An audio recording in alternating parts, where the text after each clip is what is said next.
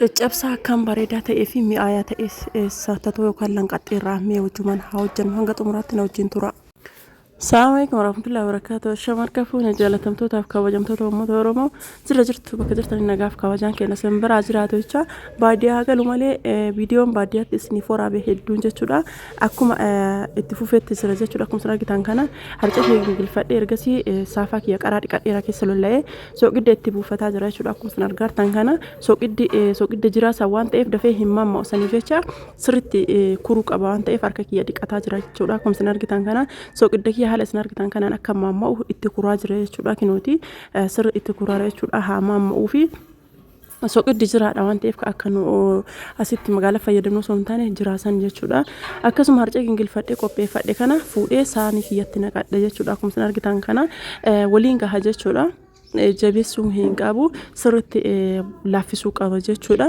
Akka naaf tolutti jechuudha. Sirriitti jalqaba sirriitti waliin gaha bishaan kiyyaa fi lixi kiyya sirri waliin gahee sirriitti sukkuumuu qaba jechuudha.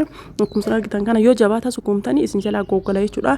Laafama sukkuumtanii bukeessitanii sukkuumtanii jechuudha. Akkana waliin dha'uu qabdanii kinuuti likki amma isin argitan kana ta'eera biddeen akka biddeenaatti illee hin qal'anne likkitti jechuudha hin beektanii namni kamuu hin beektanii ergasii eeleen kiyya jechuudha akka gaariitti naa'oo erga ka'ee booda riiddu kiyyaan rigadha jechuudha. Riiddu kiyyaan rigadhee erga qulqulleessee ka'ee booda manni keessi hin dukkanaa hin beektanii maabiraatiin hin jiru baadiyyaadha waan ta'eef garuu mana qorqoorroo hin jira kushiinaa keessa hin jiru.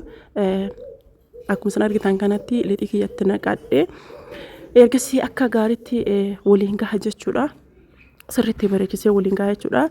Satatoo namni hin beekne hin jira yookiin lanqaxxee jedha nam tokko bakka tokko satatoo jedhama. Naannoo keessanii maal akka jedhamu hundi keessaniyyuu koomentii irratti barreessaa isiniin jedha. An afaan lamaan beekaa satatoo fi lanqaxxeedha. Akkasuma natti fakkaata yoo dogongoruu baadhee yoo dogongoreef na sirreessaa isiniin jedha. Ibidda eeleen sirriitti ibidda barbaada. Eeleen sirri jabaataa wayiiti furdaa jechuudha. Sababa saniif jecha kosii akka malee itti kenneera kosii fi qoraan itti kenneera. Sassanni akka magaalaa sun hin jiru hin beektanii baadiyyaa maashaallah waan hundaan badhaafamte sassanni akkasii sun hin jiru. Erga lanqaxxee kiyyatti godhee geesse booda gombisaa kiyya itti kaddanadhee yookiin itti qadaadee saafaa itti hojjedhee dhiqutti deebi'ee jechuudha. Akkuma isin argitan kana itti garagalchaa jira jechuudha. Garagalchuu jalqabaate jechuudha inni kuni. Erga itti garagalchee as deebi'ee ka'ee booda dhadhaa kiyya baay'isuuf deemaa jira jechuudha. Mikeelii kanan beektanii yeroo hundaayyuu xaasaa kana jechuudha itti baay'ifadha.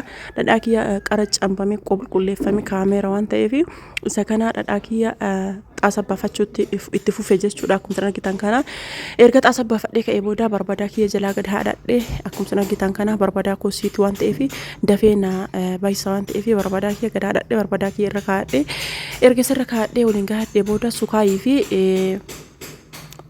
sukaayii fi marga kiyya haala gaariidhaan dhiqadhee qulqulleeffadhee keessa godhadhe jechuudha. Akkuma isin argitan kana qimamii dhadhaa namni ka barbaadan fayyadamuu dandeettanii sukaayiidhaa fi marga qofa itti godhe jechuudha.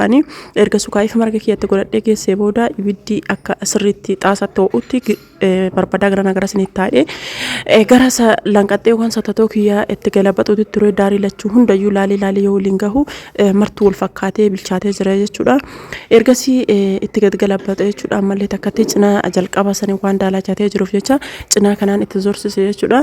Achi booda dhadhaa kiyyatti barbaree buufachuu itti fufee jechuudha. Akkuma isin argitan kana barbaree kiyyatti buufadhee maan kan waliin gahee akkuma isin argitan kana takkattakaa jira jechuudha. Naafi barbadaan ibiddi maaliif ibiddi kushiinaa hojjetan maaliif akkana namaa daddafa yoo hojjetan kasala yoo ta'e istoofii ta'e namaa hin daddafu garuu ibiddi kushiinatti hojjetan ammoo akka malee namaa daddafa maashaallah. Haala isin argitan kanaan bilcheessee jalaa fi gubbaalleen haala kanaan erga naa bilchaatee ka'ee booda gara dhadhaa kiyyaatitti darbee jechuudha. Ammallee dhadhaan kiyyallee haala isin argitan kanaan na takkaattakee arafaa fixataa jira jechuudha. Hanga inni arafaa fixatutti irraa hin fuudhu sirriitti takkaattakee arafaa naa fixachuu qaba jechuudha.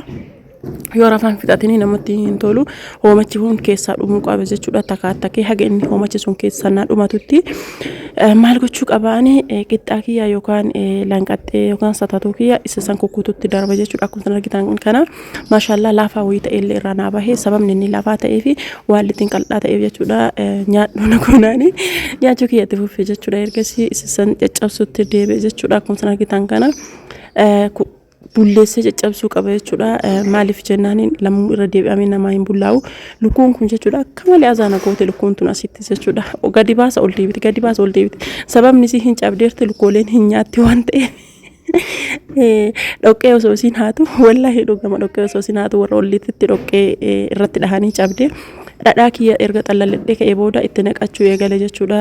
Jalaaf haga gubbaatitti ol galabbatuuf haala kana ammoo kooreesiin galabbatamu ni naan jennaan maaliif itti gadi naqee kan gubbarraa kam dhadhama hafesan itti gadi naqee barbareen dhadhatti waan xiqqaateef jecha itti dabaladha jechuudha. Namni yoo diimate sirriitti irra jaalata waan ta'eef barbaree kiyya asirratti illee itti dabala jechuudha. Yoo barbaadan kama dhadhaa bichaa nu dhiisuu dandeettanii. Akkuma sana argitan kana maankaa kiyyaan haala gaariin waliin gahachuu kiyya itti fuufee jechuudha. Akkuma sana argitan kana isin yoo barbaadani harka keessanitti gaanti godhattanii harka illee waliin gahuu dandeettanii haala sana argitan kana waliin gahee xumureera jechuudha. Maashaallah meelaala caccabsaa ajaa'ibaa wayii hojjadha jechuudha. Maashaallah baay'ee bareedaadha dhaallee sirriitti qaba jechuudha. Akkuma sana argitan kana dhadhaan bashbasha waan ta'eef maashaallah sirriitti itti goonee ittiin fayyadamaa jirra jechuudha. Gaafa gara deebi shaashaman itti garbuun akkanaa hin jiru. Naaf erganillee haa ta'u malee garuu sassata jechuudha. Akkuma sana argitan kana moqaa kiyya qabadhee aanan kiyya qodaan qabadhee gara qorqoorrootitti deemuu kiyya eegale jechuudha.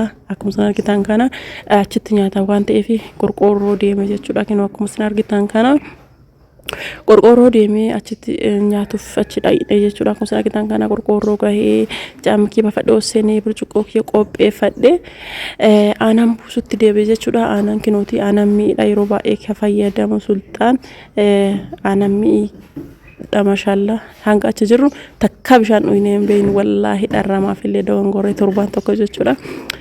Wariin sirri jira waan ta'eef achi booda aanan keenya erga buusnee kaanee booda qorii keenyatti darbine jechuudha. Qorii keenyallee hin bannee erga bannee kaanee booda isa sanillee waliin gahachuu kiyyatti fufee jechuudha. Maashaallah satatoo irraa dalagee waan barbaadan keessaa xoroshoo irraallee hojjechuu hin dandeettanii hangaruu lanqaxee yookiin satatoo irraa dalagee caccabsaa akkam bareeduu fi caccabsaa akkam mi'aawu hojjedhe jechuudha. Maashaalladha. Warri achitti sukkaara illee irra hin buusan garuu sukkaara irra hin buufne yeroo baay'ee sukkaara waan fayyadamnii fi yoo aannan itti olunadhu bismillah dabali nama godha. Sinniisu haga xumuraatitti imas nyaadha jedheen itti fufe jechuudha. Akkuma isin argitan kana maashaalladha viidiyoon kiyya irraa kan fakkaata.